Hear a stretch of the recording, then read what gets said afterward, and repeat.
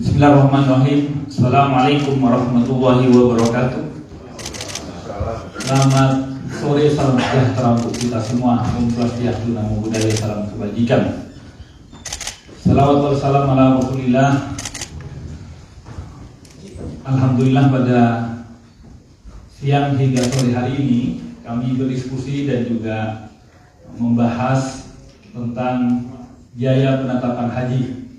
Karena kebetulan KPK memang concern terhadap penetapan biaya haji ini sejak 2019, kemudian diupdate kembali dengan kajian KPK di tahun 2020. Yang intinya KPK pun memiliki perhatian dan merasa turut bertanggung jawab agar penyelenggaraan ibadah haji ini penetapan biayanya tentu sesuai dengan efisiensi yang diharapkan dan juga penetapannya kepada masyarakat itu sesuai yang ditentukan. Karena selama ini yang diasumsikan atau dipandang oleh masyarakat, biaya ibadah haji atau yang kita kenal dengan ONH yang besarannya antara 35 sampai mungkin 40 juta, itu diasumsikan adalah seluruh biaya penyelenggaraan haji, mulai dari keberangkatan, mungkin transportasi, akomodasi, biaya hidup di sana sampai kembali, itu sudah tercukupi dengan besaran antara 35 sampai 40 juta tersebut. Ternyata sesungguhnya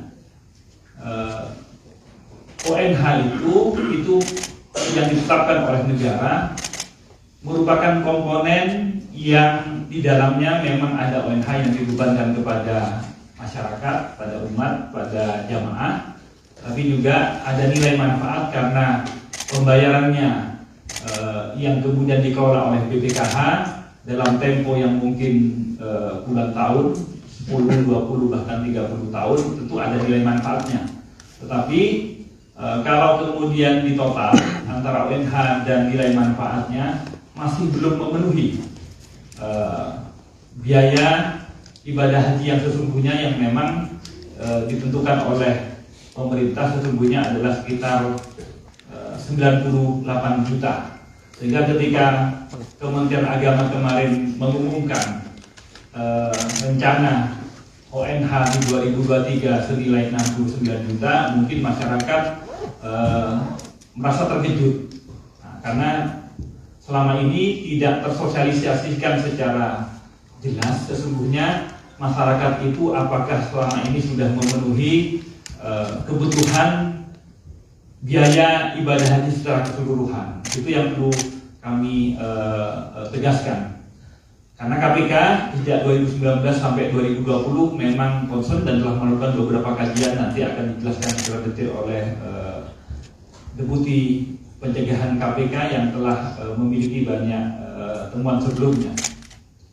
Intinya KPK akan membersamai Kementerian Agama, tapi juga membersamai rakyat Indonesia agar penentuan biaya ibadah haji yang dibebankan kepada masyarakat itu tentu seefisien mungkin, tapi juga harus memenuhi prinsip istitoah atau kemampuan. Karena jamaah ataupun masyarakat yang ingin menunaikan ibadah haji tapi tidak memiliki kemampuan untuk membiayai baik dari keberangkatan, transportasi, lantas di biaya akomodasi selama penyelenggaraan haji di Mekah, tentu kemudian ini juga sesungguhnya belum memenuhi kewajiban atau ditanggung beban kewajiban untuk menunaikan ibadah haji. Itu yang dapat kami sampaikan sebagai pembuka. Selanjutnya kami persilahkan Pak Menteri Agama, dan juga selanjutnya juga ada Pak Fadlul Imansyah BPKH yang akan juga menyampaikan, dan terakhir Deputi Pencegahan kami Pak Pahalai Nanggolan yang akan mendetailkan beberapa hal yang perlu oleh masyarakat diketahui. Kami persilahkan kepada Pak Menteri. Baik, terima kasih Pak Kufron. Assalamualaikum warahmatullahi wabarakatuh. Selamat sore kawan-kawan media semua, Bapak Ibu sekalian yang saya hormati, Pak Kufron, Pak Fadlul. Saya sedikit saja menyampaikan yang pertama bahwa kami diundang oleh pimpinan KPK untuk membicarakan terkait dengan saran rekomendasi yang diberikan KPK kepada Kementerian Agama. Ada 9 saran dan 24 rencana tindak lanjut. Kami masih menyisakan 2 yang belum kita selesaikan dari sekian banyak saran dan tindak lanjut itu, yaitu yang pertama terkait Undang-Undang Nomor 34 Tahun 2014 tentang pengelolaan keuangan haji dan Undang-Undang Nomor 8 Tahun 2019 tentang penyelenggaraan ibadah haji, dan mengharmonisasi kedua undang-undang ini. Ini yang masih menjadi menjadi bahasan di Kementerian Agama, tapi naskah akademiknya sudah selesai. Insya Allah dalam minggu depan kita sudah bisa tindak lanjuti terkait dengan saran yang diberikan oleh KPK ini. Nah, ini intinya itu pertemuan pada sore hari. Yang kedua tentu sebagaimana tadi disampaikan oleh Pak Gufron, ini terkait bagaimana ibadah haji ini benar-benar memenuhi ketentuan-ketentuan, baik ketentuan yang disyaratkan oleh agama, ketentuan istitoah ya, maupun ketentuan yang disyaratkan oleh undang-undang. Tadi diingatkan bahwa haji ini adalah harus memperhatikan penghargaan atas prinsip-prinsip keadilan dan kesamaan umat Islam. Artinya semua umat Islam harus memiliki kesempatan, keadilan dan persamaan dalam menunaikan ibadah haji. Oleh karena itu menjadi penting, salah satu untuk menjamin keadilan dan persamaan bagi umat ini adalah komponen pembiayaan ibadah haji. Tadi disampaikan sudah oleh Pak Gufron bagaimana sebenarnya apa yang selama ini dibayarkan jamaah haji itu bukan apa yang seharusnya dibayarkan. Jadi kalau di skema kami itu ada BPIH dan BP. BPIH itu biaya yang harus dikeluarkan untuk perjalanan pembiayaan haji, dan BP itu yang dibayarkan oleh calon jamaah. Ini berbeda. Makanya kemarin yang kita usulkan kepada DPR, skema ini 70% ditanggung oleh jamaah dan 30%-nya itu ditutup dengan menggunakan dana manfaat yang dikelola oleh BPKH. Ini salah satunya tentu ikhtiar untuk menjaga sustainability keuangan haji, agar jamaah haji yang sudah berangkat sekarang dan yang sudah tahun-tahun sebelumnya itu tidak menggerus hak jamaah yang belum berangkat. Nah, ini sebenarnya ikhtiar-ikhtiar ini sudah kami lakukan, dan kami tadi diingatkan juga oleh pimpinan KPK agar keuangan haji ini benar-benar ditata dengan baik, agar ada keajekan.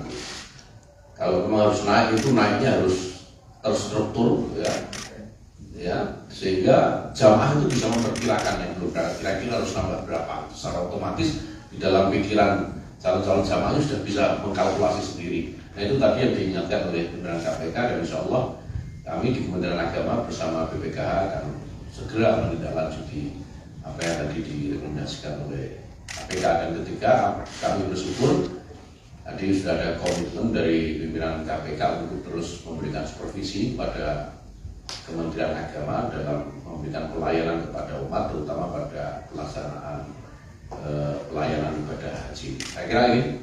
Terima kasih Pak Gufron. Assalamualaikum warahmatullahi wabarakatuh. Terima kasih. Assalamualaikum warahmatullahi wabarakatuh. Kita semua, ada 3 hal yang menjadi topik terkait dengan BPKH pada pertemuan kali ini dengan KPK. Yang pertama adalah seperti yang disampaikan oleh Pak Menteri tadi, bahwa selain dari tindak lanjut yang harus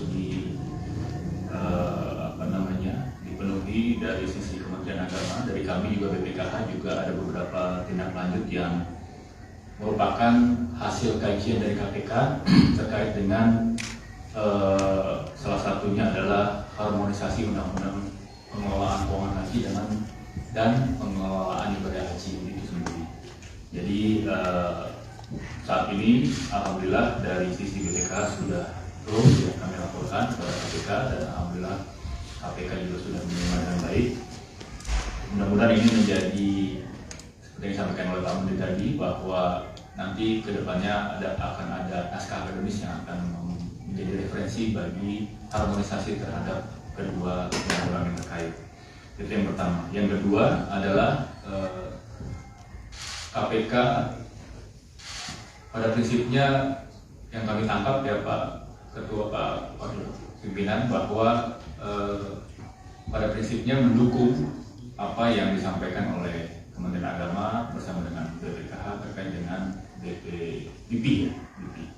Jadi kalau memang yang harus dibayarkan adalah sesuatu yang memang bagian dari calon jemaah haji yang berangkat, tentunya harusnya secara normalnya tidak menggerus atau tidak mengambil bagian dari apa yang jadwal calon jemaah haji bertanya. Nah, itu sebenarnya prinsip dasar yang dirumuskan oleh Kementerian Agama dan bersama dengan BPKH.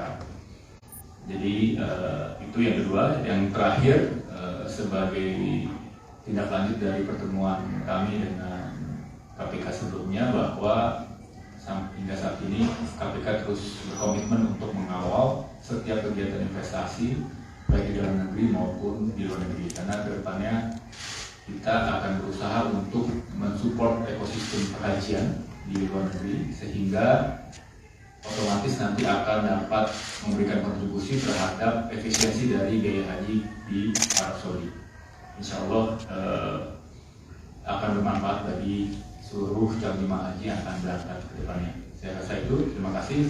Wassalamualaikum warahmatullahi wabarakatuh. Terima kasih. Silakan Pak Pahlalu sedikit mendetailkan kajian kita dan sesungguhnya penetapan ataupun usulan BIPIT di 2023 ini supaya tahu bahwa ini bagian dari konsekuensi pelaksanaan rekomendasi KPK juga. Terima kasih Pak Gufron, Pak Menteri, dan Kepala BPKH. Di rekan-rekan media saya sampaikan yang pertama, KPK melakukan kajian yang terpisah 2019 kepada BPKH untuk pengelolaan dana ini dan kepada penyelenggaraan ibadah haji secara keseluruhan, di mana BPKH juga ada bagiannya di situ.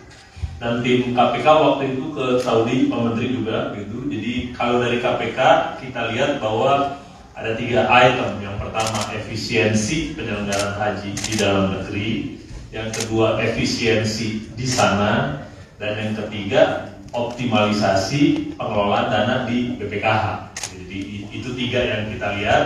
Dan hasil dari kajian kami ada 9 item yang kita temukan gitu ya di penyelenggaraan ibadah haji. Kalau yang BPKH relatif semua sudah dilakukan gitu, dan kita pikir yang lebih penting ke penyelenggaraan ibadah haji. Ada 9, memang yang nyangkut yang belum selesai ini diregulasi yang di level undang-undang. Yang Pak Menteri bilang harmonisasi antara Undang-Undang 8 itu tentang BPKH dan Undang-Undang 34 tentang penyelenggaraan ibadah haji. Ini 2 ini harus nyambung. Artinya gini, BPKH itu kalau diminta nilai manfaatnya untuk mendukung penyelenggaraan ibadah haji harus transparan juga. Berapa sebenarnya porsinya yang diminta?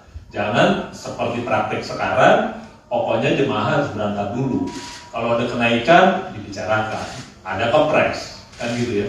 Nah itu pentingnya undang-undang ini diharmonisasi supaya ke depan siapapun menterinya, siapapun BPKH-nya sudah jelas yang diusulkan 70-30 misalnya begitu.